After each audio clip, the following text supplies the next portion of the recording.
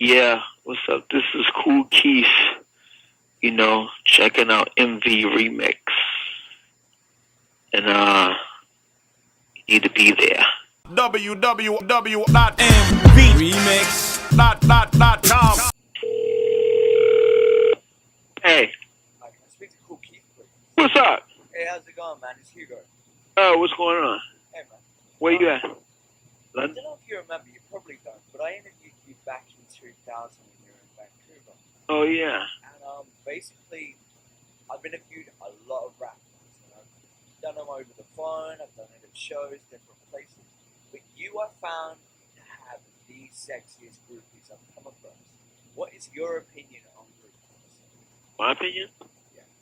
I don't know. They're not like they used to be. They all try to act different. I guess now, my opinion on groupies, I think a groupie is cool. I think some of them don't realize they're groupie, but they want to be groupies. But I think they're cool. What are your thoughts then on Canadian hip hop? Remind me of Europe, European groups. It's like Europe, like it's very more. It's not in the States, but it's like a branch off growth to rap of other whole countries. But it's its own thing. It's not quite inner city like New York, urban. You can feel the distance of it.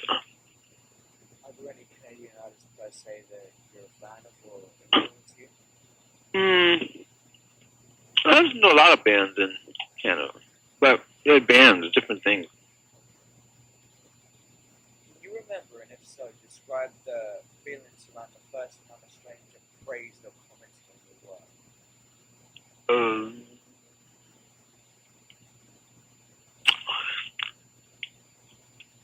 Yes. I feel some people have the audacity to tell me about something. What's the funny thing is, like, you have a lot of fans that are not appreciative of a person who's creative and innovative, and a person that's around to make some different things that nobody else does.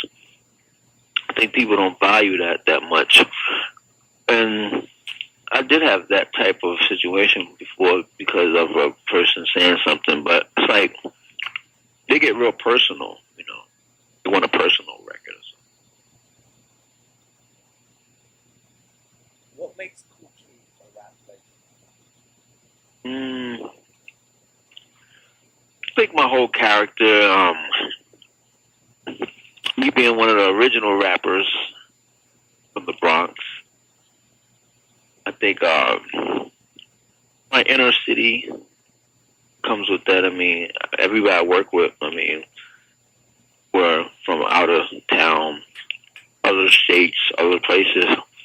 I think just the essence of where I grew up, and just the whole, not even music, just my background. It's like even with Ultramagnetic, it's like we came up to a different time zone. Everybody was distinctive. We didn't have to do what everybody else did. Our album was more like we were like a distinctive band. So it's like, I think it's just the people seeing you more like, wow, he's from rap where it originally came from. Not like I was born in San Francisco. I wasn't born up in Boston. I just came from urban streets in general. Like, in general, my whole time zone career, I was in, I went to regular schools, and just the whole scenario of me just being street, and we never rapped about street stuff, but I grew up we all grew up in the project. Sad, Tim,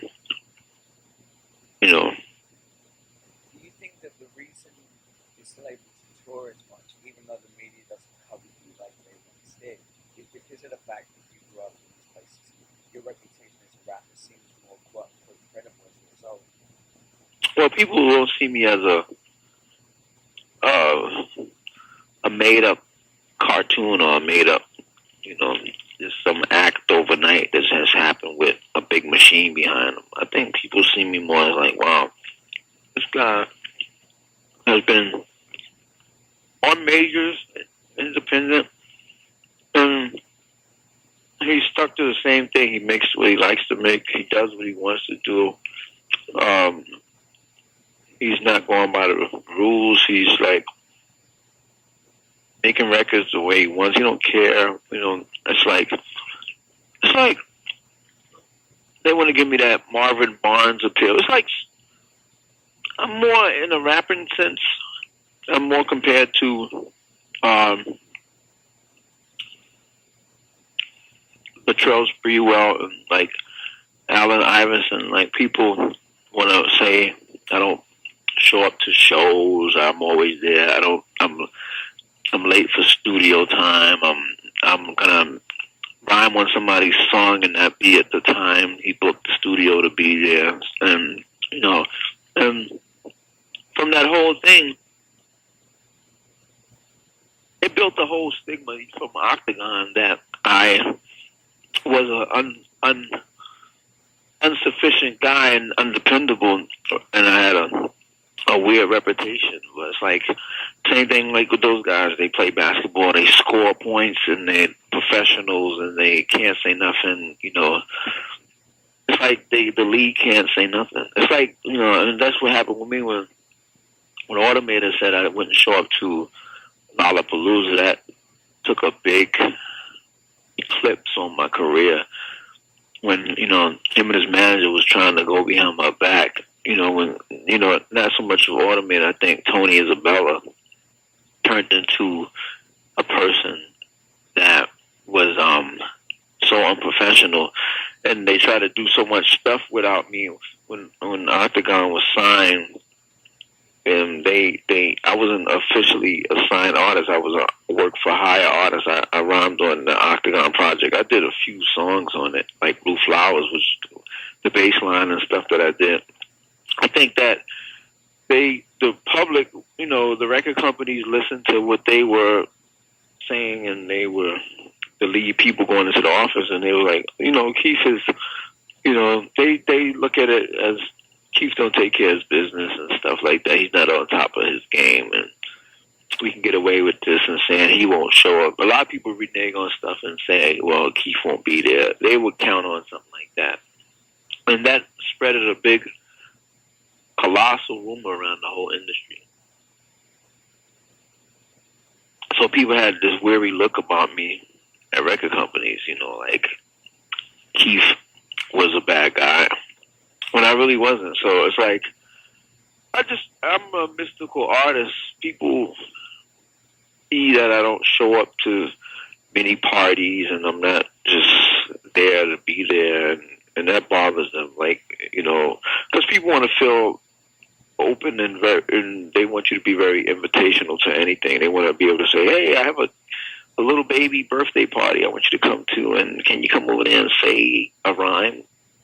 Stop by and say Papa Large for me and sing it for the baby. So I think people feel that I'm not as into just being overly anxious to do anything, and they just feel like, wow, he's not coming or he's not showing up. I just stay professional and do what I'm supposed to do. And I think people have a problem with that. Like when it's not, when it's not out of the norm, they have a problem. Like they feel like this guy is only professional. I only show up to something when it's professional, and people have a problem with that, and a lot of people don't do research to really see why, if something went down or some malfunction with a show or any type of thing, event, or a rhyme with somebody in a studio to be on time for an interview. I think this people I have done something wrong to me. Like they might have, done something that made that go that way.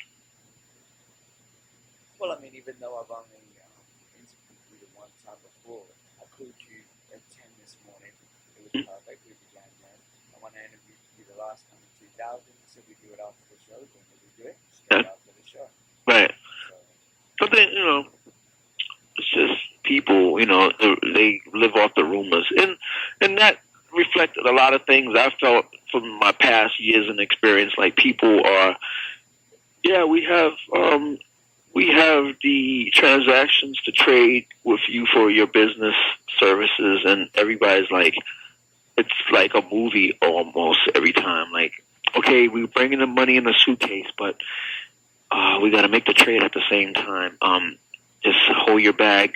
Like people are now, everybody's like even paying after the show or paying me for me rhyming and doing services. Everybody's trying to like, okay, let's, can you do it first, and then we'll wait and we'll have somebody guard the door and make sure you finish it. Like, it's like, it makes me feel very uncomfortable. Like people feel, they want to get everything out of it. It puts you in a very, it gives you a very insecure feeling. Like it makes you feel like why are you really working with me if you're scared if you're scared of me? Like, why are you really working if you know? Why would you deal with me if you feel like I'm not worthy of being dealt with? But that's going back to why you said people want to work with me, because I'm a very mysterious and interesting artist. Like people want to feel like I'm Batman or something. Like, is Adam West really gonna come up to your house with his Batmobile? Like, that's a big charge for some people. Like, but it's not that serious. It's like they put me more on a pedestal. Like, is RoboCop really gonna dress the way he is in the movie and come and hang out at your birthday party? Like, it's it's not serious like that. But they just they stretch it, and and it's stuck in their head. onto a sort of light note, Cocoa Pepsi. None of them really. I just I'm not a caffeine person. Does in any way the soda affect your performance on stage? It's just I've asked quite a few rappers, and in recent times that's been the sort of norm.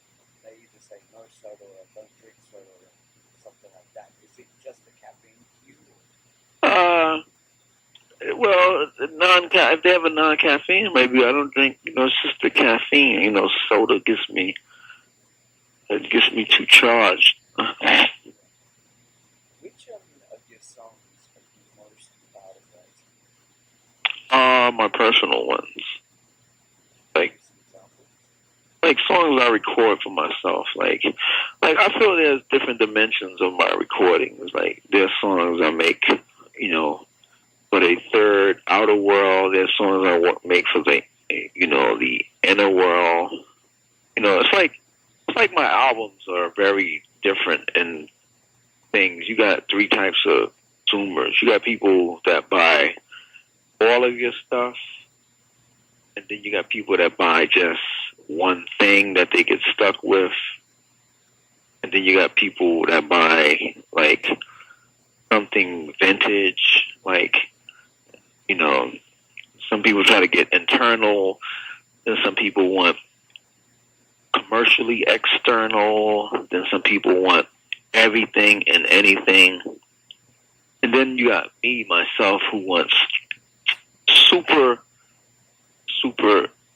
private and secret, like tracks, like songs that I listen to, like The World Never Heard, like things that I feel like I like. Like, it's like I like all my songs, but then it's like times, like I feel like I give so much to the world. Like, I make songs for myself. Like, wow, like, let me enjoy these. Let the critics enjoy those. Like, I feel like that would break my presence of me. The essence of what I made. I feel good. Like, I have songs that people can't criticize because they never heard them, and I don't want them to hear them. I enjoy playing them myself. Like, sitting around the house, listening to them. I had phones, blasting them, like enjoying them. Like they're not rated, they're not under critical views, they're not for fans to get on the internet and talk about. I don't like that one. I don't like this one. It's just a good feeling. I love Fight Club. If you could fight any celebrity, who would you fight? Have you ever seen the film Fight Club? Yeah, I've seen Fight Club. Well, there's one quote in it. If you could fight any celebrity, who would you fight? And who would you fight? Fight? Yeah. I don't really know. I don't have a particular person. I don't really know. Who would I fight? I mean, I don't even know exactly. I wouldn't even know. There's a lot of them though. There's a lot of them. Like there's a lot of corny artists out there. Like you could bop with a homie sock though. With a homie the clown sock, because they're just just totally off. Like.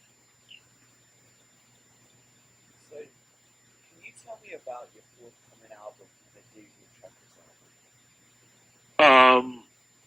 You mean both? Yeah, both. But me and Kurt collaborated on an album. It gave me a different feel for a minute again. Like I do these different projects, with KHM, it changes up the sound sometimes, even though all my albums sound different from each other.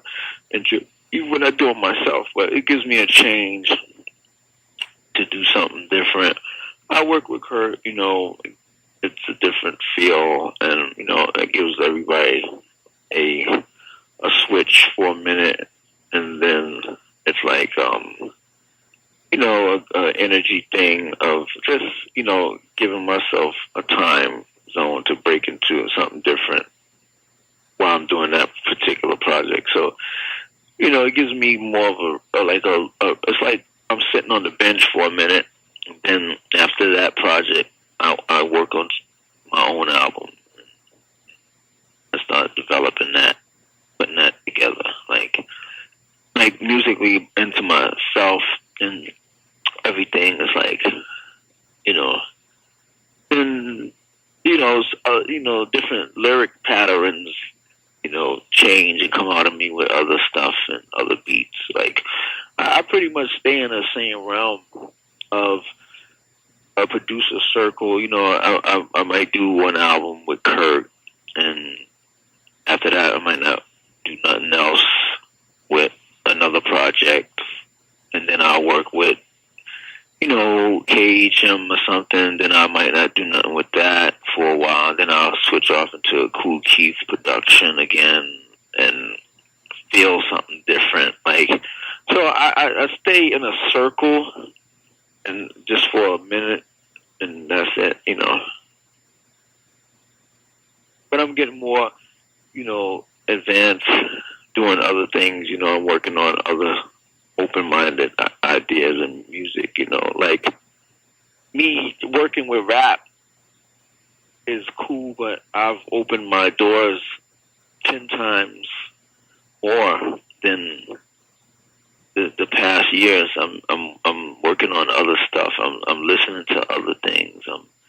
I'm just not rap all the time. I have other projects I'm working on as, singing stuff with, have house girls, that want to do house, and, and everything is Kool Keith in a certain way, like if I do a house record, it's Kool Keith. If I do a record with, Barbra Streisand on it, it's a cool record. If I do a record with Dean Martin loop, Kool Keith record. I'm just saying, the elements, whatever comes to that song, is Kool Keith still. Like, whatever is, if it's an African song, it's still Kool Keith. It's like, I'm not setting a boundary. Like, I don't have to do Octagon for the rest of my life, or I don't have to do, that's just one thing. That's just one lane,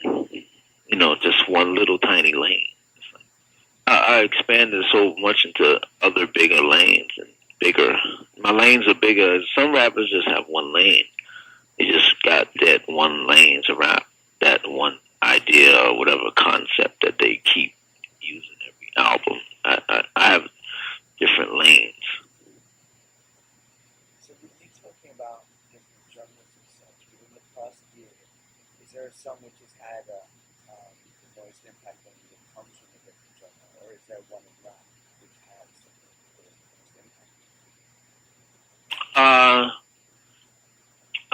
In music, you mean? Yeah. No, because I don't really feel there's no genre. You know, what I mean, it's like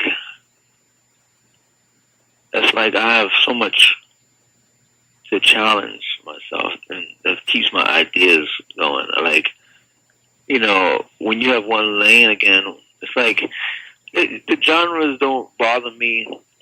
It's like I like the challenges. Like, you know, I might do a whole album from India, Pakistan. I mean, I don't feel there's no limit for me to touch anything. Like, you know, some people can only work with a certain type of element and background with what they're doing. Me, I feel like, you know, it's like when you look at everybody I've worked with, that's fine, but it's like I could go work with a producer in Nigeria and blow up with the guy because it's something that people expect anyway.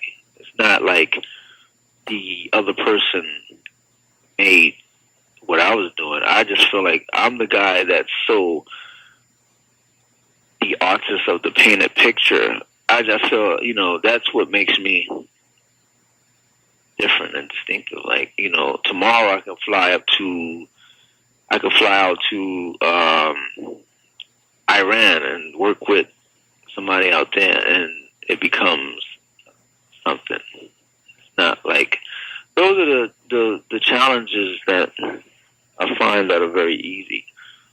You know, it's like when you look at people, you know, that from a line down, you know, just all in a line. It's like, you know, that's why people are shocked by, you know, records I pop up on. Like, they be like, wow, Keith did a record with Cooley Bamba. You know, Cooley Bamba is whatever, the biggest producer of the Pakistan border. So, you know,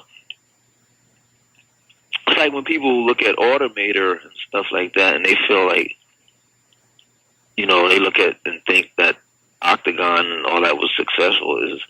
Is just one of the small successful projects that I did. Just one compared to many others. You know, Prodigy sold 1 million albums.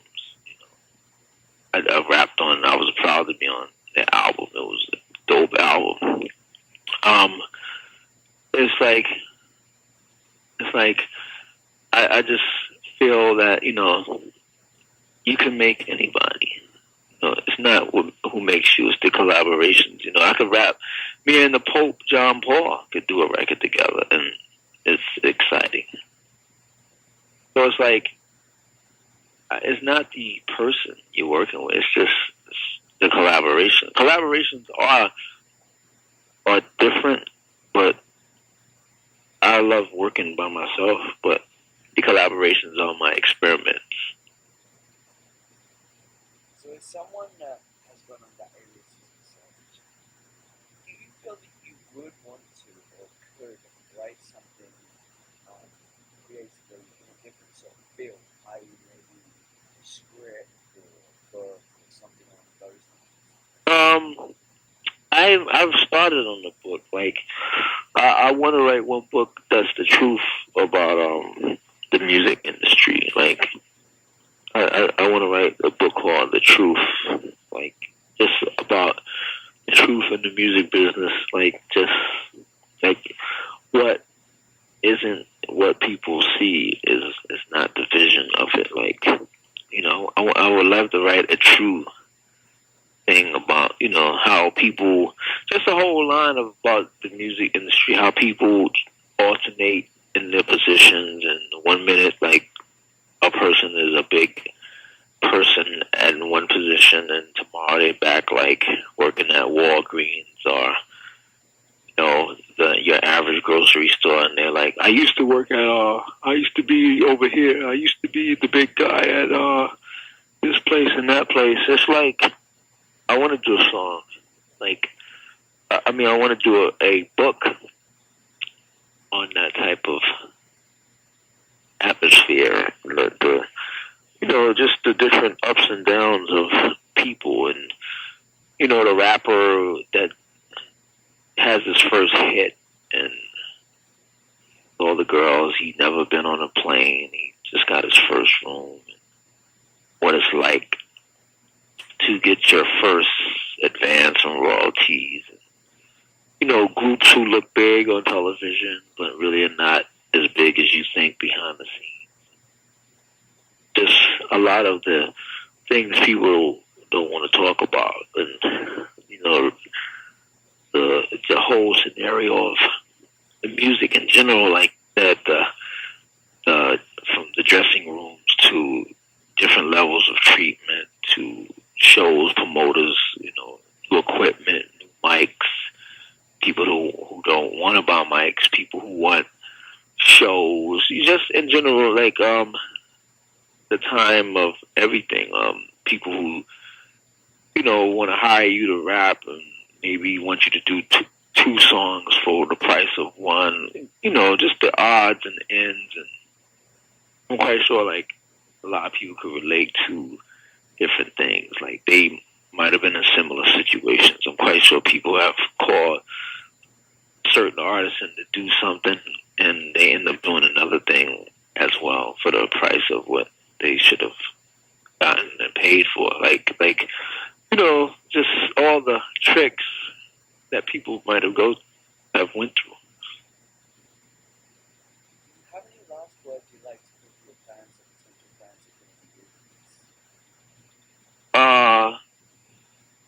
I don't know. They're I just think the world is changing. I think everybody's stuck to a certain sense. We are all stuck. Like, even not me per se, I just think, they got to learn more. I think the computer got everybody stuck, like, with a mouse,